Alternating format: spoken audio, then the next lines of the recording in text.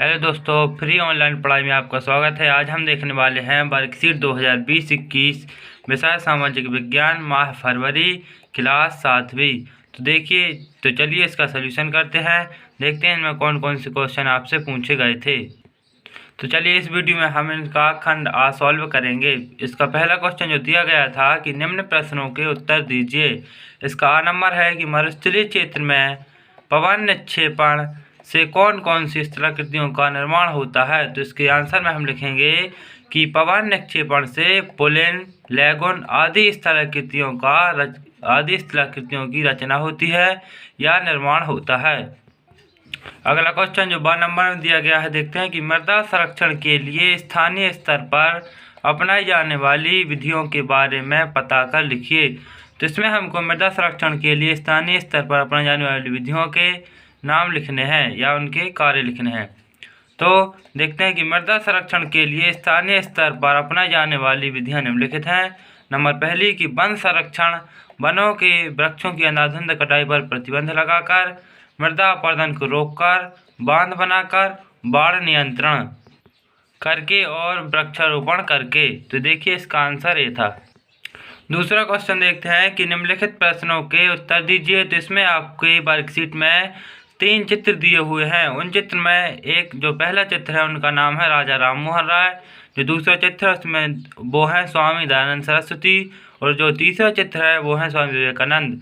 तो आ नंबर में क्या दिया गया है कि ऊपर दिए गए समाज सुधारकों को पहचान कर उनके द्वारा किए गए समाज सुधार संबंधी कार्य लिखिए। तो हमें इन तीनों के समाज सुधार संबंधी कार्य लिखने हैं। तो देखते हैं पहले चित्र का आंसर। तो देखते वो हैं राजा राम मोहन राय। इन्होंने समाज की उन बुराइयों को मिटाने की ओर अथक प्रयास किया जिससे समाज को हानि होती थी, जो हिंदू समाज में फैली हुई थी। इन्होंने समाज सुधार में बहुत कार्य किए। तो इस प्रकार हम इनका कार्य लिख देंगे। दूसरे नंबर पे है स्वामी दयानंद सरस्वती। तो मूर्ति पूजा और अंधविश्वासों और सामाजिक कुरीतियों को रोकने के लिए उन्होंने हिंदू धर्म की विषय वस्तु की खिलाफत की है। इन्होंने हमेशा समाज सुधार में अपना योगदान दिया और अथक प्रयास किए ताकि समाज उन्नति कर सके। इनका समाज सुधार में बहुत योगदान है। तीसरा आंसर देखते हैं स्वामी विवेकानंद। तो विवेकानंद जी ने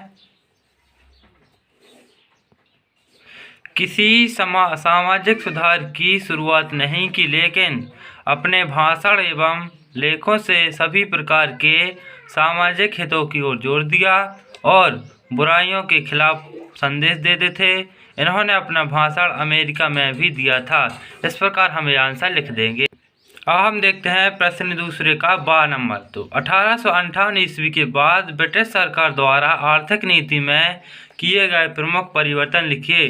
तो जो 1858 ईस्वी के बाद जो ब्रिटिश सरकार द्वारा आर्थिक नीति में कुछ परिवर्तन किए गए थे, चलिए उनको देखते हैं। तो आंसर में लिखेंगे नंबर पहला परिवर्तन है कि भारत में स्वतंत्र व्यापार की अनुमति प्रदान की गई। नंबर दूसरा, विदेशी कंपनियां भारत में स्थापित हो गईं। नंबर तीसरा है कि भारत के प्रमुख उद्योग धंधे समाप्त होने लगे धीरे धीरे। नंबर चौथा है कि किसानों को जमींदार एवं सूबेदार वर्गों में बांट दिया गया। नंबर 5वां है कि किसानों से अधिक कर वसूला जाने लगा। इस प्रकार ये आपका आंसर हो जाएगा। 7 नंबर का आंसर देखते हैं कि किन कारणों से लॉर्ड रिपन को स्थानीय स्वशासन का जनक कहा जाता है। तो इसका आंसर देखते हैं कि लॉर्ड रिपन के शासनकाल का सबसे महत्वपूर्ण कार्य स्थानीय स्वशासन पर 1882 का सरकारी प्रस्ताव था। इस प्रस्ताव के द्वारा ग्रामीण क्षेत्रों में स्थानीय बेड़ की स्थापना की गई और उन्होंने अपने शासनकाल में अनेक अच्छे कार्य किए। इसलिए लॉर्ड रिपन को स्थानीय स्वशासन का जनक या पिता कहा जाता है। तो इस प्रकार ये आपका आंसर हो जाएगा। अब आपका तीसरा क्वेश्चन है जो निम्नलिखित प्रश्नों के उत्तर दीजिए। इसका है 12 नंबर का, कृषि पर आधारित उद्योगों के नाम लिखिए। तो हमें कृषि पर आधारित उद्योगों के नाम लिखने हैं।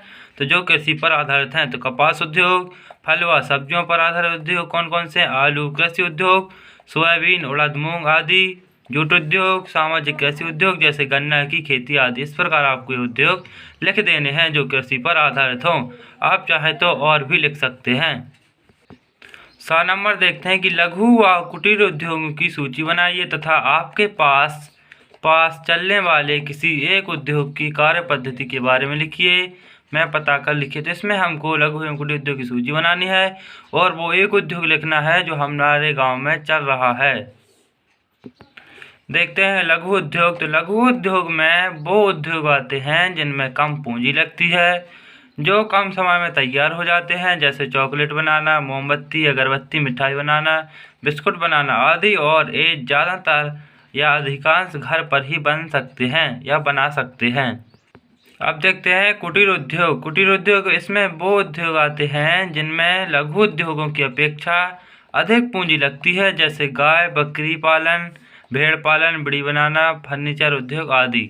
अब देखते हैं वो एक उद्योग। तो बीड़ी उद्योग हमने लिखा है, तेंदू नामक पत्ते से पत्तियां तोड़कर फिर उन्हें एकत्रित करके अलग अलग आकार में काटकर उससे बीड़ी बनाई जाती है तथा उसके साथ में जर्दा को भी भरा जाता है, फिर उसे मार्केट में बेचा जाता है। एक कुटीर उद्योग की तरह काम है और इससे मनुष्यों की जीविका चलती है। प्रश्न चौथे में दिया गया है कि चित्र देखकर प्रश्नों के उत्तर दीजिए। तो आपकी वर्कशीट में कुछ इस प्रकार का चित्र दिया हुआ है। ऊपर कठोर चट्टान, बीच में मुलायम चट्टान, यहाँ पर पानी भरा हुआ है नीले नीले कलर में, यहाँ अपर्दित पदार्थ भरा हुआ है। तो इस प्रकार इसके जो आंसर पूछे गए हैं हम उनको देखते हैं। इसमें पहला क्वेश्चन दिया गया है कि दिए गए चित्र को पहचान कर स्थलाकृति का नाम लिखिए।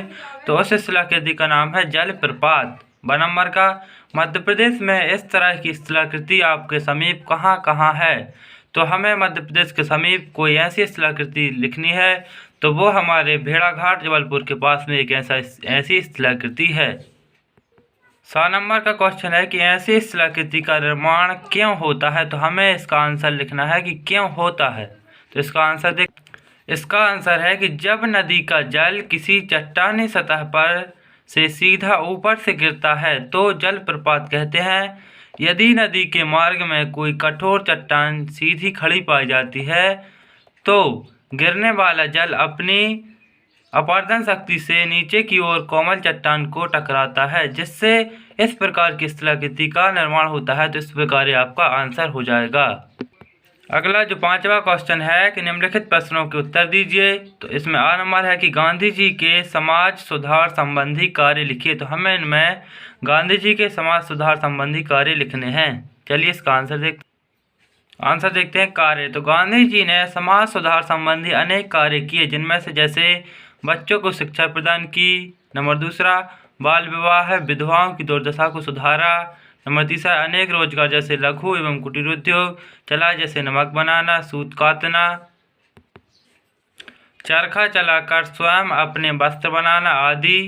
और इससे समाज को बहुत उन्नति मिली। इस प्रकार आपका आंसर हो जाए।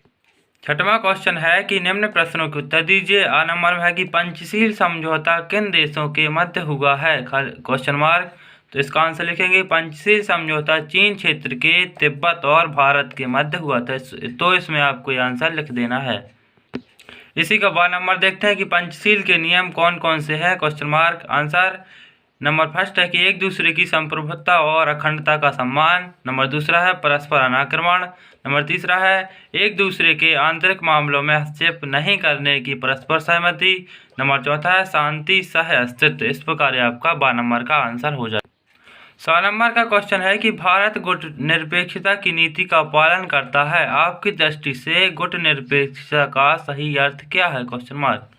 अर्थ है इसका कि विभिन्न गुटों से तटस्थ या दूर रहते हुए अपनी स्वतंत्र निर्णय नीति और राष्ट्रीय हित के अनुसार सही या न्याय का साथ देना गुट निरपेक्षता कहलाता है। तो इस प्रकार आपका आंसर हो जाएगा। इसी तरह की वर्कशीट देखने के लिए चैनल को सब्सक्राइब कीजिएगा। मैं इसी तरह की वर्कशीट लाता रहता हूँ। वीडियो पसंद आया हो